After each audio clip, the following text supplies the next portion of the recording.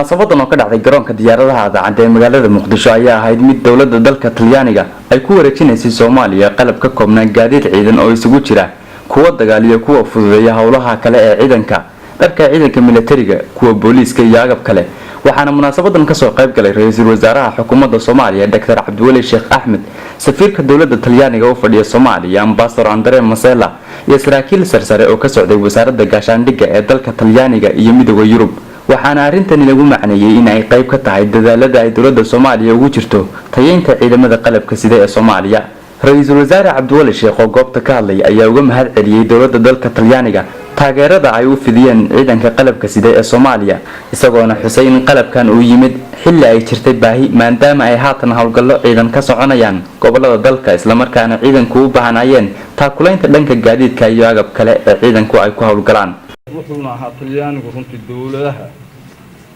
ku yaala Yurub dawladaha noogu xigay haddaysan ahayn dawladda noogu xigtay bay ahayd oo labada dhinacba dhaqankii iyo xiriirkii iyo dhaqaalihii ka dhaxeeyay inay soo celiyaan waxaan rajaynayaa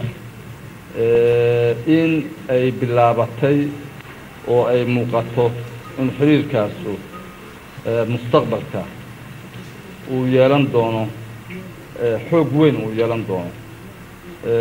madaxda runtii ka shaqaysay xagga Talyaaniga ah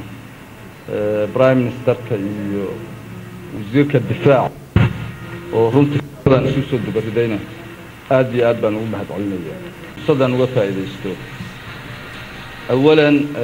waa u hambalyeynaya ciidamada qalabka sida runtii shaqo aad u fara badan bay dawaanahan hayeen miraheedina waa aragnay waxayna ka muuqataa degmooyinka iyo gobolada gacanta ku soo noqday anigoo sidoo kale u mahad celinaya ciidamadana gargaaraya ee walaalahan Amisom laakiin runtii ciidamada xoogga dalka Soomaaliya iyo ciidamada nabad sugidda iyo ciidamada booliisku aad baan ugu dhawaa aad baan uga warhayay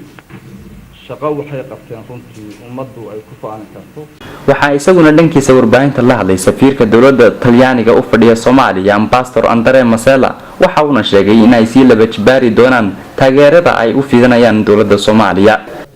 ma insieme a quello c'era la speranza e la fiducia sui volti c'era la speranza e la fiducia che insieme avremmo potuto riprendere il cammino interrotto dalla guerra civile waxaa jirta rajo aad u fiican oo wada jir aan u qaban karno taas oo joojisay awal dagaalkii sokeeye ee wadanka ka dhacay dalle forze armate italiane le auto per la polizia i materiali per il Ministero degli Affari Esteri sono un'altra testimonianza concreta di solidarietà jidkaan iyo dariiqaan aan bilaawno waxaan rabnaa inaan ku socono mudane Prasta si kastaba dawladda dalka Talyaaniga ayaa kamid ahayd dawladihii hore u soo guumeystay Soomaaliya iyadoona arintani dadka qaar ay ku macneeyeen in dawladda dalka Talyaaniga ay dib u kaga jafayso danaha ay ka leedahay Soomaaliya waxaana 10kii sano ay u dambeeyay yareed saameynta uu dalka Talyaanigu ku lahaa arrimaha Soomaaliya marka loo eego dawladaha kale ee reer galbeedka Maxamed Biligile Somsa TV magaalada Muqdisho